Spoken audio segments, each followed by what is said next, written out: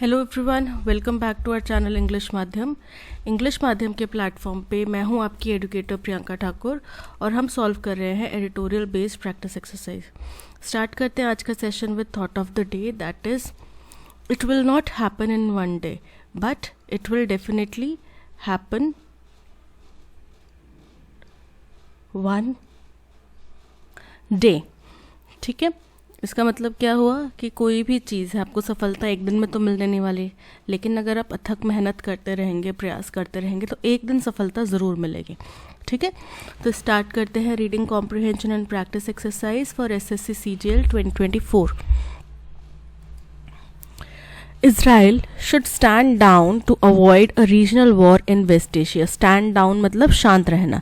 तो आपको पता होगा कि ईरान ने इजराइल के ऊपर हमला किया था, हज़ारों की संख्या में मिसाइल्स और रॉकेट लॉन्चर्स वहाँ पे छोड़े गए थे, जिसको उन्होंने पहले ही तबाह कर दिया था, डिस्ट्रॉय कर दिया था। इजराइल और उनके एलाइज ने उनको पहले ही डिस्ट्रॉय कर दिया था। लेकिन हुआ क्यों था? क्योंकि दमेस्कस में इजराइल हमले में उनके एक जनरल जो थे वो मारे गए थे ईरान के, और इस वजह से ईरान गुस्से में था। बट ईरान ने इस हमले के बाद में बोला कि भाई हमारा बदला पूरा हो चुका है, हमने अपना गुस्सा, अपनी भड़ास निकाल ली है, अब अगर आगे फर्दर इस चीज़ को एक्सकेलेट नहीं करना है तो ईरान इजराइल को बोलिए कि वो शांत रहे, वो अब इस बदले का बदला लेने के लिए ना आए। अब आप खुद ही लॉजिकली सोचो कि बदले का बदला, बदले का बदला, बदले का बदला, तो क्या ये कभी वॉर एंड होगा? और इसमें फिर जब बाकी देश कूदेंगे तो फिर वर्ल्ड वॉर 3 की संभावना, राइट? तो वो बोल रहे हैं कि इजराइल को भी शांत रहना चाहिए अगर उसको वेस्ट एशिया में एक रीजनल वॉर, रीजनल मतलब इस इलाके में एक वॉर स्टार्ट नहीं करना है। तो Iran's massive drone and missile attack on Israel on April 14 night, जो ईरान का बहुत बड़ा ड्रोन और मिसाइल से अटैक किया गया इजराइल के ऊपर 14 अप्रैल की रात को, in retaliation against the bombing of its embassy compound in Damascus 2 weeks earlier. जो कि क्यों किया गया था? रिटेलिएशन, प्रतिशोध के रूप में किया गया था, क्योंकि 2 हफ्ते पहले दमेस्कस में उनकी एम्बेसी कंपाउंड में बॉम्बिंग हुई। has pushed an already volatile West Asia to the brink of an all-out war। तो इसने क्या किया? इसने धकेल दिया, किस चीज़ को धकेल दिया? ऑलरेडी वॉलेटाइल, वॉलेटाइल मतलब ऑलरेडी जो खतरे में है, जो खतरे के अंदर जूझ रही है वेस्ट एशिया को, उसको ब्रिंक, ब्रिंक मतलब मुखौने पे, किस चीज़ के मुखौने पे? कगार पे। All out war, all out war का मतलब होता है कंप्लीट युद्ध की स्थिति में धकेल दिया। Iran lost 2 of its generals, Iran के 2 जनरल्स मारे गए, इंक्लूडिंग मोहम्मद रेजा जहेद, ये भी एक मारे गए व्यक्ति, overseeing the Quds force operation in Syria, जो क्या कर रहे थे? निरीक्षण कर रहे थे कड्स फोर्स ऑपरेशन कहाँ पे? सीरिया और लेबनान में। And 5 senior officers of the revolutionary guard, और उनकी एक रेवोल्यूशनरी गार्ड करके कोई सेना होगी, उसके 5 सीनियर ऑफिसर्स मारे गए। And N Iranian response was expected, और इन सभी मौतों के जवाब में ईरान की तरफ से एक रिस्पॉन्स आना लाजमी था, उम्मीद थी, एक्सपेक्टेड था, कि मान रहे थे कि कुछ वो करेंगे। In the past, Iran has used its proxies or targeted Israeli assets in other countries in response to Israel's attacks on its official। अब पहले क्या हुआ है? पास्ट में, ये पहली दफ़ा नहीं हुआ है, पास्ट में भी ऐसी चीज़ें हुई हैं। तब क्या होता था कि ईरान जो है वो अपने प्रतिनिधियों का इस्तेमाल करता था, प्रॉक्सीज मतलब उनके प्रतिनिधि, और प्रॉक्सीज या फिर इजरायली एसेट्स, जो भी इजराइल की संपत्ति है बाहर किसी देश में, दूसरी कंट्रीज़ में, उनको टारगेट किया जाता था।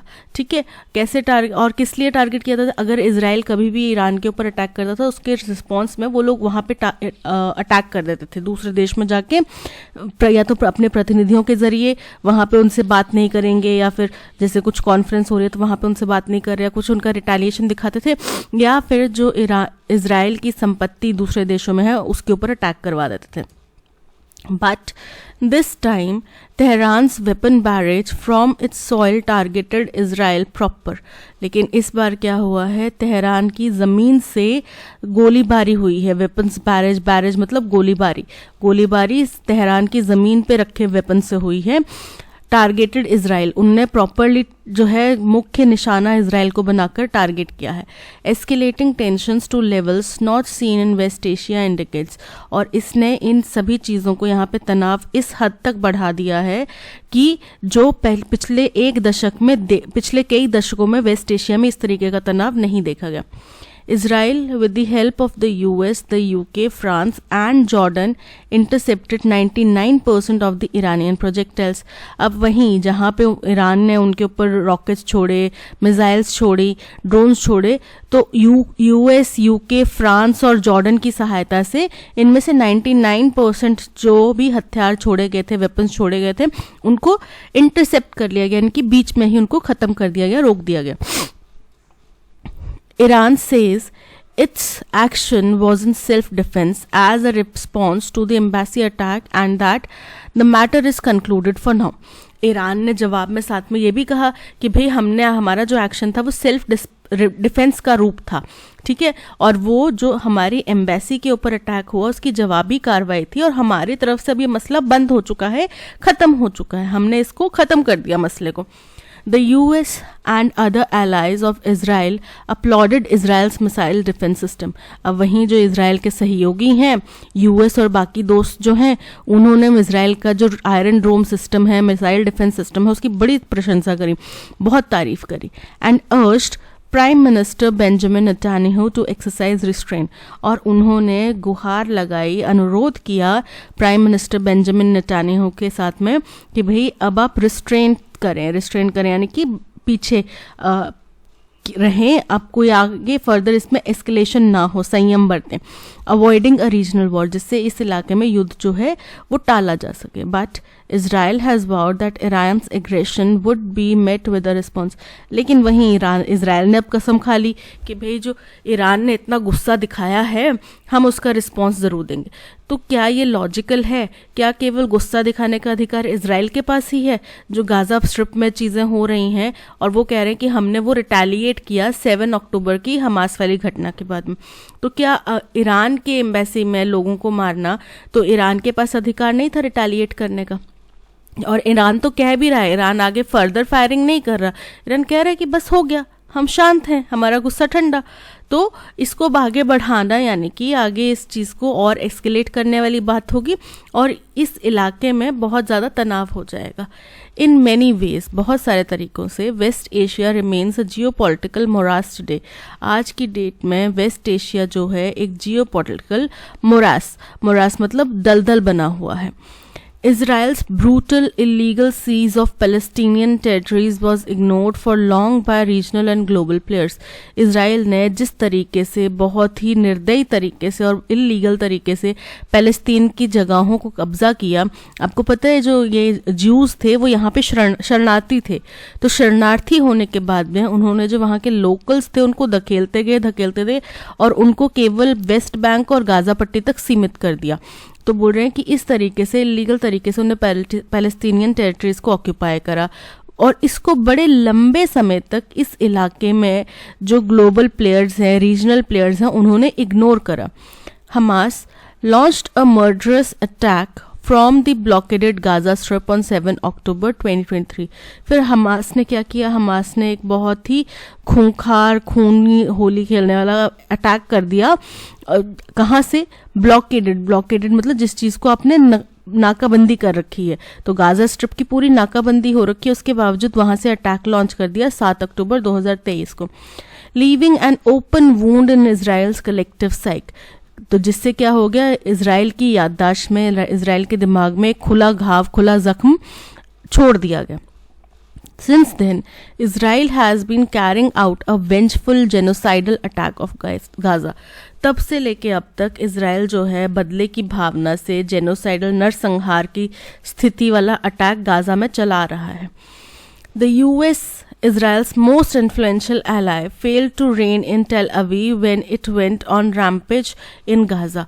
जो बोल रहे हैं कि यूएस जो कि इजराइल का सबसे इन्फ्लुएंशियल, सबसे प्रभावशाली दोस्त है, वो फेल टू रेन इन का मतलब होता है नियंत्रण करना।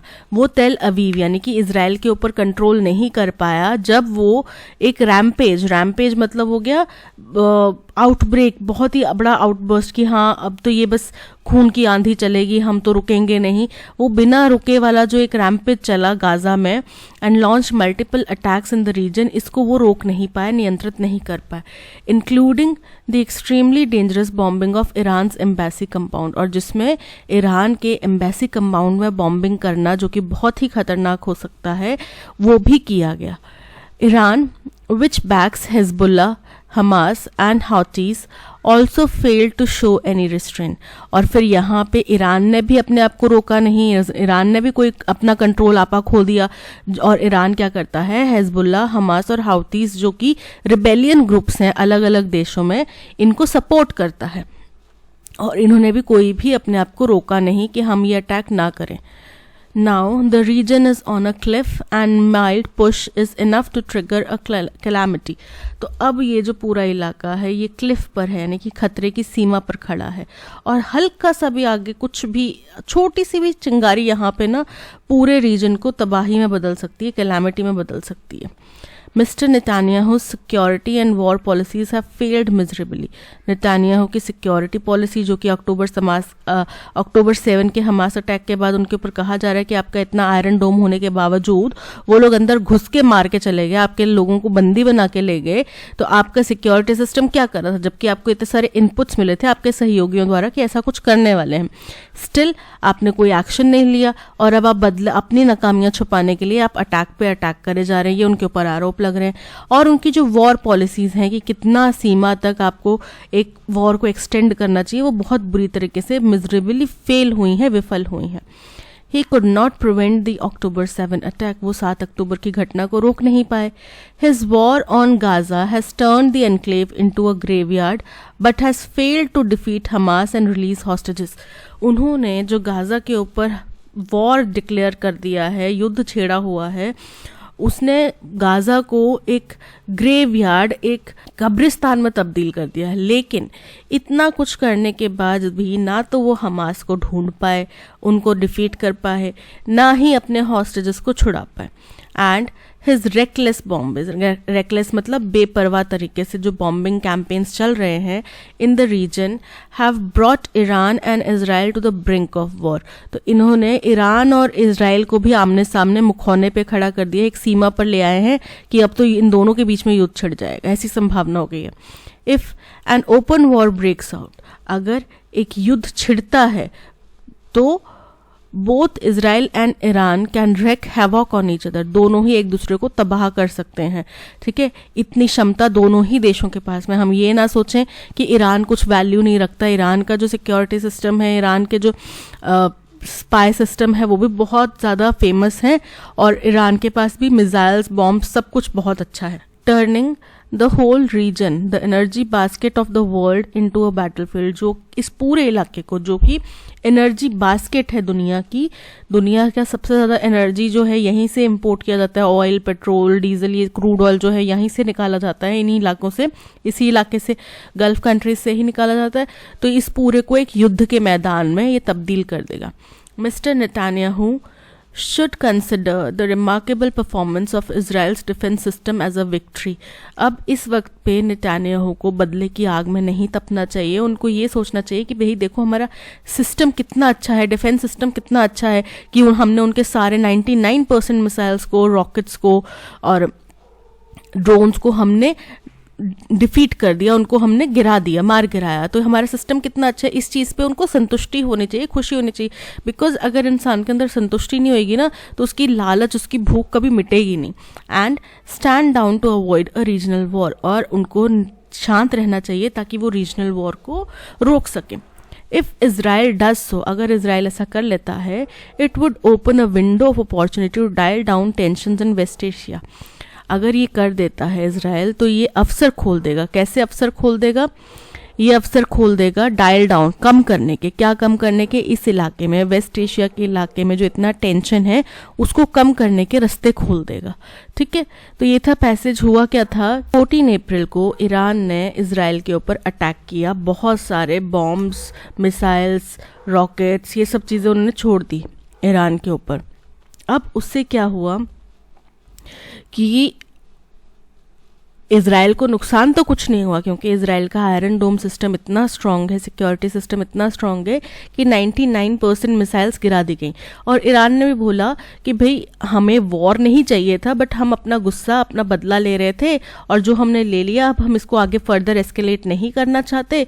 अब कई लोग बोलेंगे कि भाई ईरान डर गया इजराइल के अटैक से, ये वो जो भी है, आप इसको किसी भी तरीके से अपने ईगो को सेटिस्फाई करने के लिए किसी भी साइड में ले सकते हैं।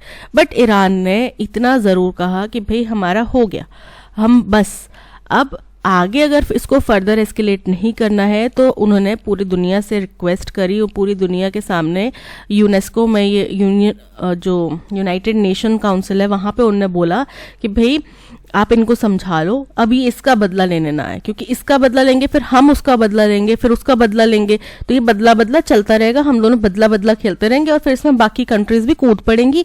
और वेस्ट एशिया वैसे ही बहुत टेंशन भरा जोन है, यहाँ पे और ज़्यादा तनाव हो जाएगा। फिर उन्होंने कुछ इजराइल की कमियां गिनाई कि भाई इजराइल ने भी 7 अक्टूबर के अटैक के बाद में गाजा में एक रिटेलिएशन का युद्ध छेड़ दिया हुआ, जिसमें पूरा गाजा जो है वो कब्रिस्तान बन गया है, पर उनको हमास नहीं मिला, ना उनके हॉस्टेजेस निकाल पाए। ठीक है, तो नेतान्याहू की यहाँ पे फिर से फेलियर के बारे में चर्चा की गई कि किस तरीके से उनकी पॉलिसीज जो है वो विफल रही हैं। पास्ट में भी टाइम एंड अगेन ये प्रूव होता रहा है कि उनकी पॉलिसीज विफल रही हैं, और अब वर्ल्ड लेवल पे अपनी दोस्ती निभाने के चक्कर में ना रहे, अपना दोस्त कुछ गलत कर रहा है उसको रोकने की कोशिश करें, ये टारगेट है उसके सहयोगियों का। तो ये सारी बात कही, और अगर इस इलाके में एक वॉर जैसी स्थिति को उत्पन्न नहीं करना है तो दोनों ही देशों को संयम बरतने की जरूरत है। पहला question, based on the events of April 14 described in the passage, what was the significant escalation in Iran's response to Israel. बोल रहे हैं अप्रैल 14 की घटनाओं को देखते हुए क्या चीज़ है जो बताता है कि ईरान का जो रिस्पॉन्स है इजराइल की तरफ वो बहुत ज़्यादा एस्केलेटिंग है। क्यों है? क्योंकि अभी तक जो भी होता था, ईरान अपनी ज़मीन का इस्तेमाल नहीं करता था। ईरान अभी तक जब भी कभी इजराइल को टारगेट करता था तो वो दूसरे इलाकों में, जैसे दूसरी कंट्रीज में, जैसे यूएस में उनकी कोई प्रॉपर्टी है या उनकी कोई एम्बेसी है या उनके कोई लोग हैं, उनको टारगेट करता था। ठीक है, लेकिन इस बार पहली दफ़ा ऐसा हुआ है कि उन्होंने अपनी धरती का इस्तेमाल करके अटैक लॉन्च करा है, जो कि साफ तौर पे बताता है कि ये घटना जो है बहुत ज़्यादा एस्केलेटिंग है। Iran significantly increased its support for proxy forces in Syria and Lebanon, which indirectly led to increased attacks on Israeli assets. ये incorrect है। अभी तक वो लोग यही कर रहे थे, लेकिन अब उन्होंने ये काम नहीं किया, इस बार उन्होंने डायरेक्ट अटैक किया है। Tehran launched an unprecedented direct attack from Iranian soil, targeting Israel with a barrage of drones and missiles, marking a severe escalation in the hostilities. Option B is correct. What role did international allies play following the Iranian attack on Israel on April 14 as described in the passage? कि international जो सहयोगी थे Israel के, उनका क्या role रहा, उन्होंने क्या किया? तो उन्होंने 99% उनके जो भी हमले थे उनको रोकने के लिए, उनको रिजेक्ट करने के लिए, डिस्ट्रॉय करने के लिए सपोर्ट करा इजराइल का। Allies like US, UK and France and Jordan provided intelligence and tactical support to Israel, enabling a counter-offensive against Iran. तो अभी तक उन्होंने counter-offensive अटैक किया नहीं है, लेकिन हाँ उन्हें tactical support ज़रूर दिया था। तो ये आधी स्टेटमेंट करेक्ट है, आधी इनकरेक्ट है। These nations condemned Iran's actions as at the United Nations, seeking to impose additional economic sanctions on Iran to deter further aggression. इसके ऊपर पैसेज में हमने कोई चर्चा नहीं करी। They supported Israel by assisting in intercepting 99% of the projectiles launched by Iran. Correct है, thereby preventing significant damage and loss of life. बिल्कुल correct है, option C is correct. What is the tone of the passage regarding the current situation in West Asia? तो waste Asia में जो इस वक्त के हालात हैं वो बहुत अर्जेंटली इसको लुक इसके इस मैटर में देखने की बात करते हैं, बहुत अर्जेंसी दिखाते हैं कि भाई आप जल्द से जल्द तुरंत प्रभाव से इसके अंदर कुछ कार्रवाई करो और अपने अपने दोस्तों को बोलो कि भाई शांति बरतें। ठीक है, तो पॉजिटिव तो कुछ दिखा नहीं, ऑप्टिमिस्टिक तो नहीं है, खतरा हो रहा है ना, और बल्कि खतरा किस बात का कि युद्ध ना छिड़ जाए। पेसिमिस्टिक, नेगेटिव, पूरी तरीके से नेगेटिव नहीं कह सकते। ईरान ने जो अपना बदला लेके हो गया ये वाली टर्म कही, वो अच्छी बात है कि उनने ऐसा कहा, लेकिन हाँ उनकी भी गलती है, उनको भी एस्केलेट नहीं करना चाहिए था चीज़ों को। कंसिलिएटरी का मतलब होता है कि आप किसी का विश्वास हासिल करने के लिए, गुडविल हासिल करने के मंशा से कुछ कार्य कर रहे हैं। तो यहाँ पे किसी का विश्वास और गुडविल हासिल करने का तो कोई लेना देना ही नहीं है। तुम जो सोच रहे हो सोचते रहो, हमारा जो मन में आएगा हम वो करेंगे। इस वक्त तो दुनिया इस स्थिति पे चल रही है। तो urgent, option D is correct. What is the main theme of the passage? The effectiveness of military technology. तो यहाँ पे मिलिट्री टेक्नोलॉजी की हमने चर्चा करी नहीं ना। The consequence of failed diplomacy. Diplomacy की भी बात नहीं करी कि किसने किसके साथ बातचीत करी, किसने किसको समझाया, उसके ऊपर भी हमने चर्चा नहीं करी। Unpredictability of regional alliances. यहाँ पे कि वेस्ट एशिया में ईरान इजराइल का दोस्त है, जॉर्डन इजराइल का दोस्त है, ऐसे करके कुछ अनप्रडिक्टेबिलिटी चल रही है, उसके बारे में भी चर्चा नहीं करी। The necessity of a peaceful resolution to avoid war, बिल्कुल सही है कि संयम बरतने की जरूरत है, शांति बरतने की जरूरत है अगर युद्ध को अवॉइड करना है, तो option D is correct. From the passage, it can be inferred that all of the following are true about the situation in West Asia except that, यानी कि सभी statements correct हैं एक statement को छोड़ के। The Palestinian territories have experienced a significant increase in autonomy and self-governance due to the international community's successful intervention in the regional politics. ये इस वक्त का दुनिया का सबसे बड़ा झूठ, सबसे गलत इन्फॉर्मेशन है। ठीक है, सिर्फ इस पैसेज की नहीं, पूरी दुनिया की, कि पैलेस्तीन की टेरिटरीज में, पैलेस्तीन के इलाकों में ऑटोनॉमी यानी कि सेल्फ गवर्नेंस, सेल्फ स्वायत्ता आ चुकी है। ये बिल्कुल गलत है। अगर ऐसा होता तो गाजा के लोग इस तरीके से मर नहीं रहे होते। इंटरनेशनल कम्युनिटी यहाँ पे बुरी तरीके से विफल हुई है और अब सवाल उठ रहे हैं कि यूनेस्को जैसी संस्थाओं को इतनी फंडिंग देने का क्या फ़ायदा अगर वो एक युद्ध को रुकवा नहीं सकते तो। ठीक है, और अगर किसी वहाँ के मेंबर कंट्री को उसका डर नहीं है, यूनेस्को क्या सोच रहा है उसकी परवाह नहीं है, तो यूनेस्को जैसी ऑर्गेनाइजेशंस का क्या फ़ायदा, राइट। तो ये बिल्कुल इनकरेक्ट स्टेटमेंट है, यानी कि option A is correct because the statement is incorrect. India looks back at a year that presented challenges. India उस साल की तरफ देख रहा है जिसने बहुत ज़्यादा चैलेंजेस लाए हैं, particularly in dash the infrastructural damages, खास तौर पे जो इंफ्रास्ट्रक्चरल डैमेजेस हुए हैं रिजल्टिंग फ्रॉम नेचुरल डिजास्टर्स की वजह से। सबसिस्टेंस इज जोशीमठ, उदाहरण क्या है, Joshimath dash a cost of ₹565 crore in damage, जहाँ पे टोटल कॉस्ट 565 करोड़ का डैमेज हुआ है। Subsequently rivers surged beyond the danger mark, wreaking havoc on infrastructure and properties. हुआ क्या कि नदियां जो हैं बहुत भारी मात्रा में उसमें पानी भर गया, डेंजर मार्क से ऊपर, खतरे के निशान से ऊपर बहने लगी, जिसकी वजह से तबाही मच गई, इंफ्रास्ट्रक्चर डैमेज हुआ, प्रॉपर्टी डैमेज हुई। कहाँ पे? उत्तराखंड, पंजाब, हरियाणा, हिमाचल एंड दिल्ली, इन सभी इलाकों में।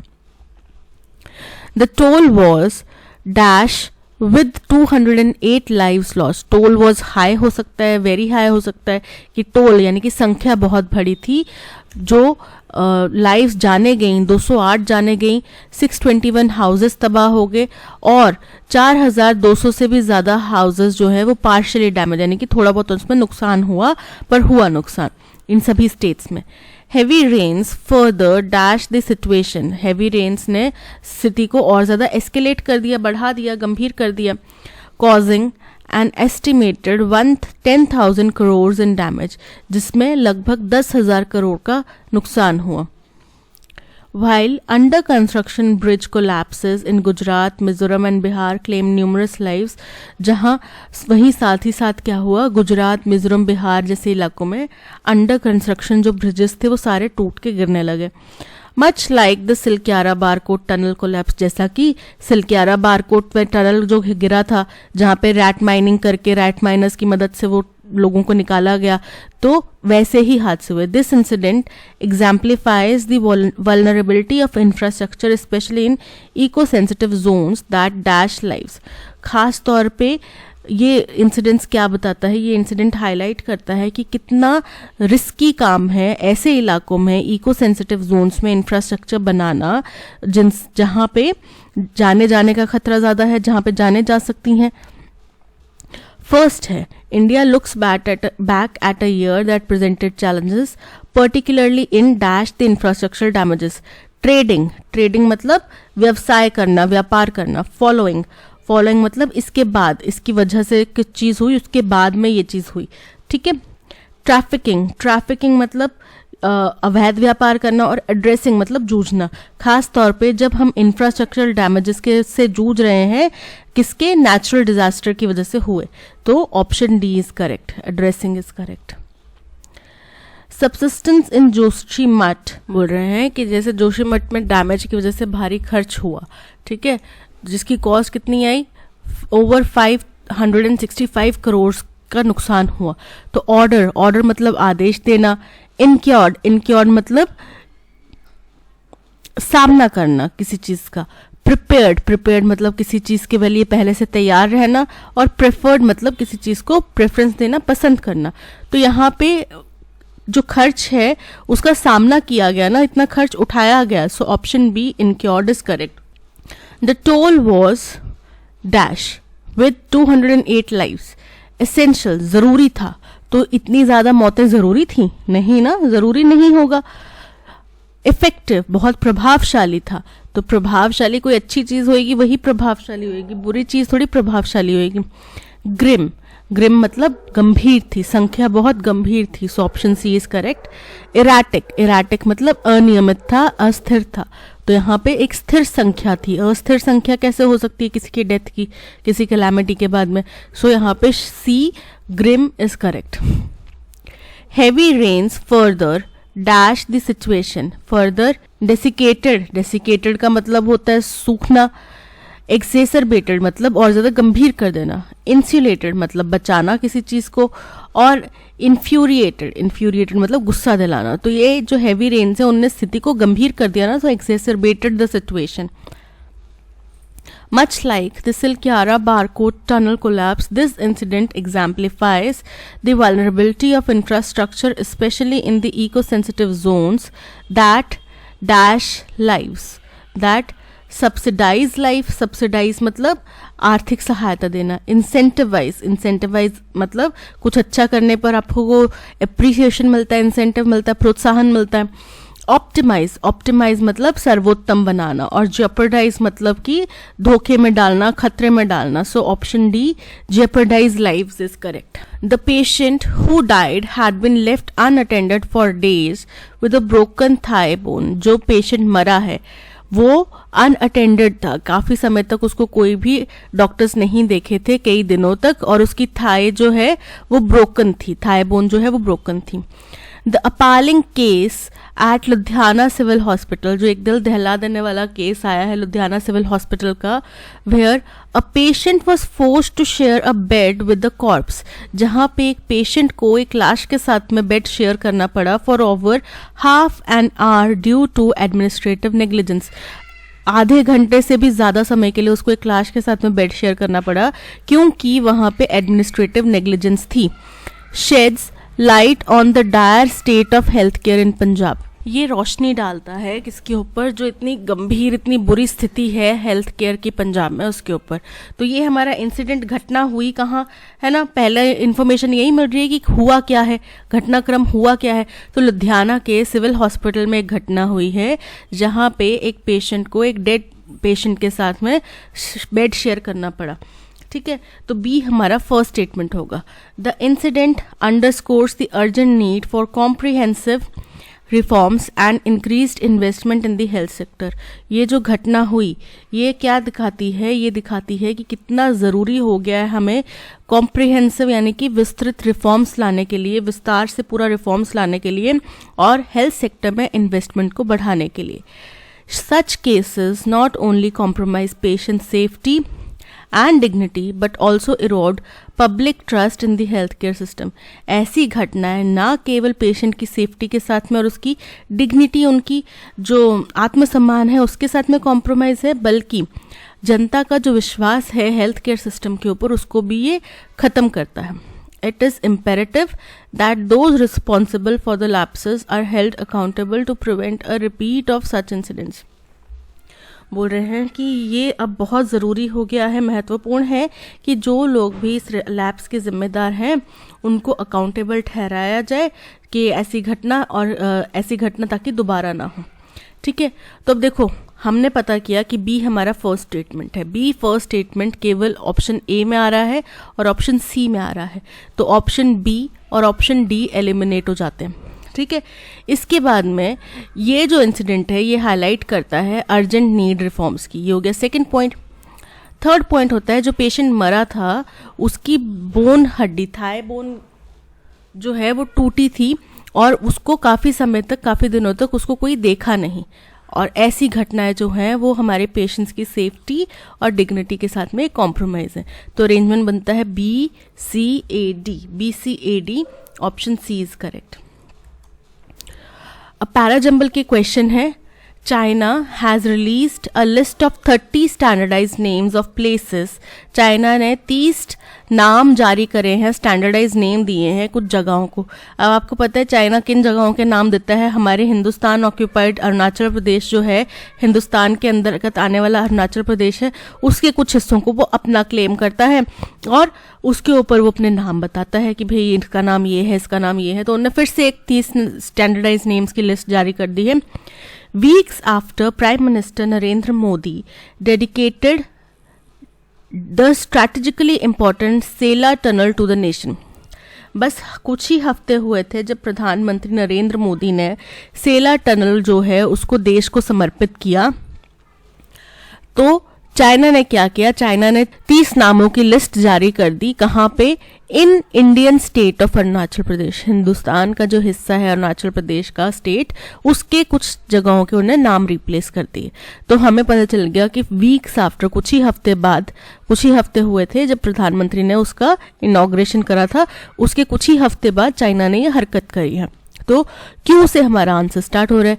क्यू यहाँ पर है, यहाँ पर है, इस दोनों को एलिमिनेट कर दो। क्यू के बाद में आएगा आर, क्यू आर, यहाँ पे क्यू के बाद में पी आर है, Q R P S, option D is correct. The supreme court that it would refrain from initiating coercive step.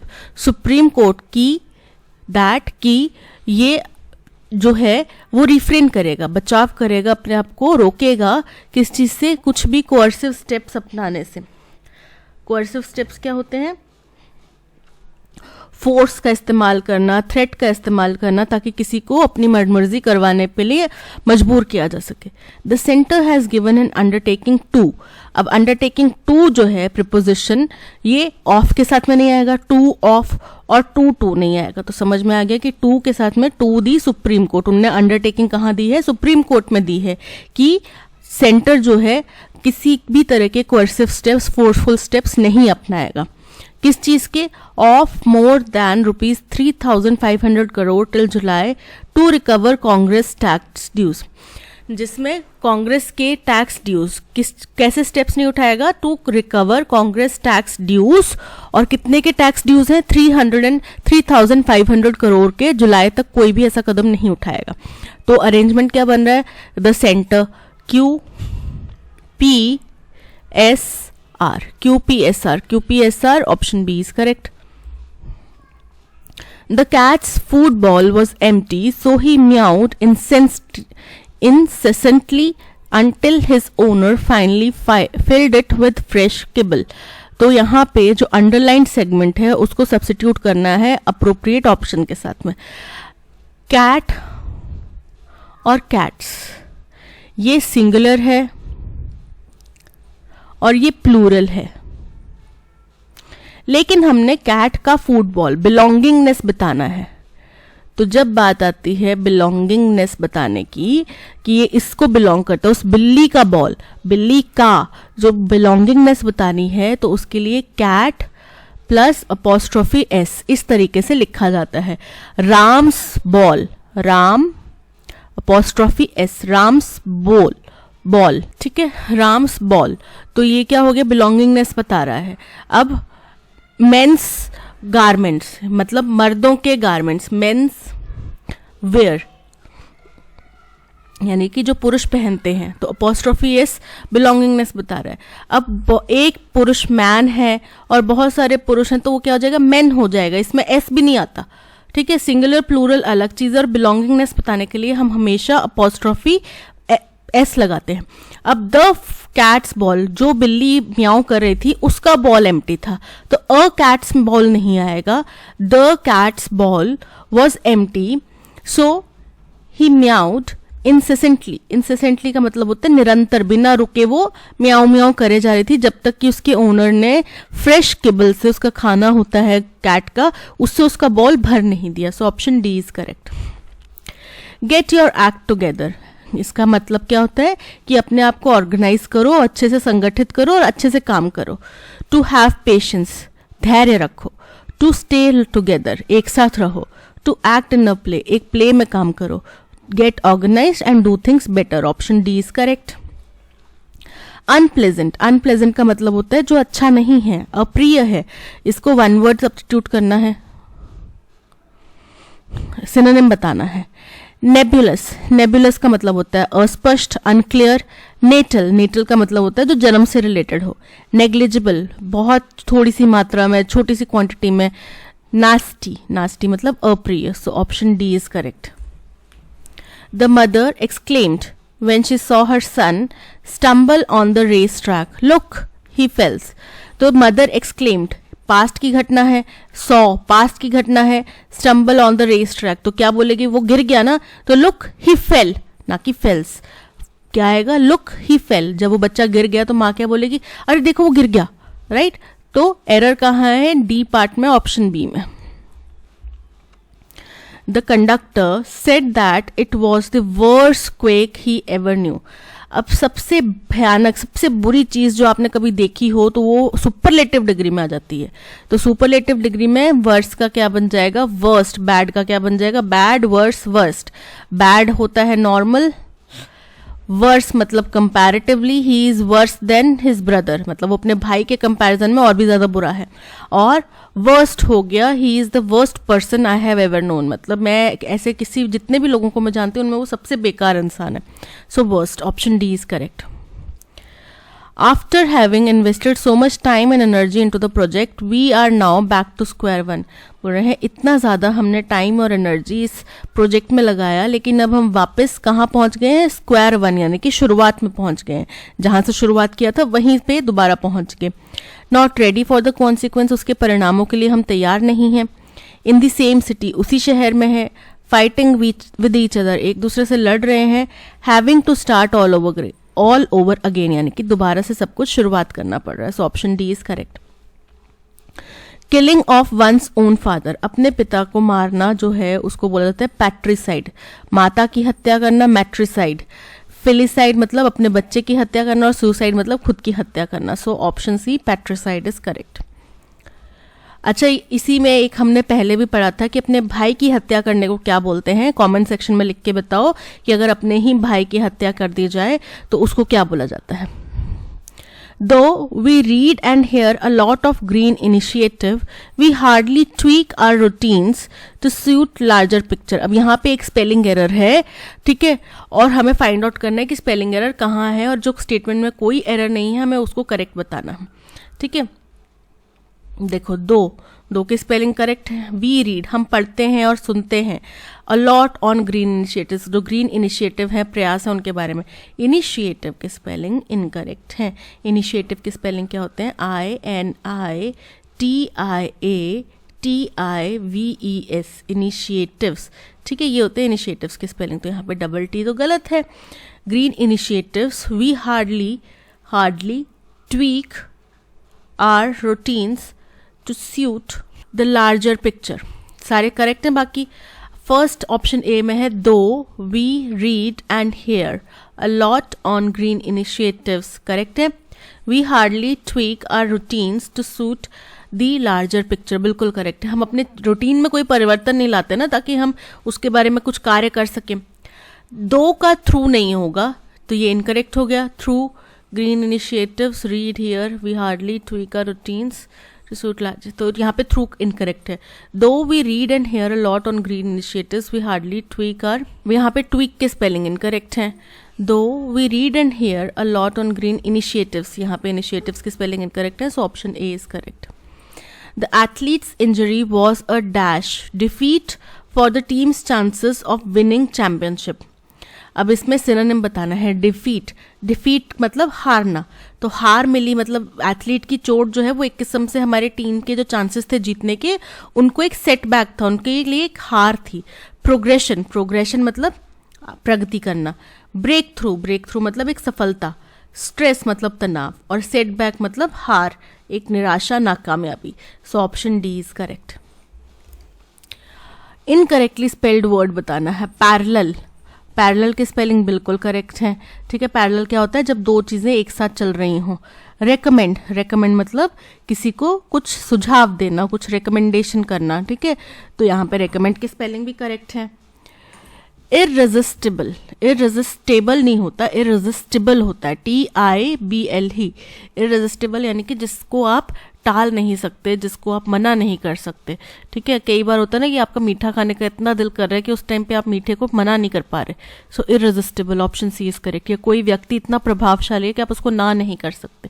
Tomorrow, tomorrow के स्पेलिंग करेक्ट है. करेक्टली स्पेल्ड वर्ड हमें बताना है. पिछले वाले में हमने इनकरेक्टली स्पेल्ड देखा था, इस वाले में हमें करेक्टली स्पेल्ड, जिसके स्पेलिंग बिल्कुल करेक्ट है, वो बताना है. तो शब्द क्या है? शब्द है मिलेनियल, मिलेनियम. मिलेनियम मतलब हजारों वर्षों का एक समय जो होता है, अवधि होती है, उसको बोलते हैं मिलेनियम. स्पेलिंग क्या होते हैं?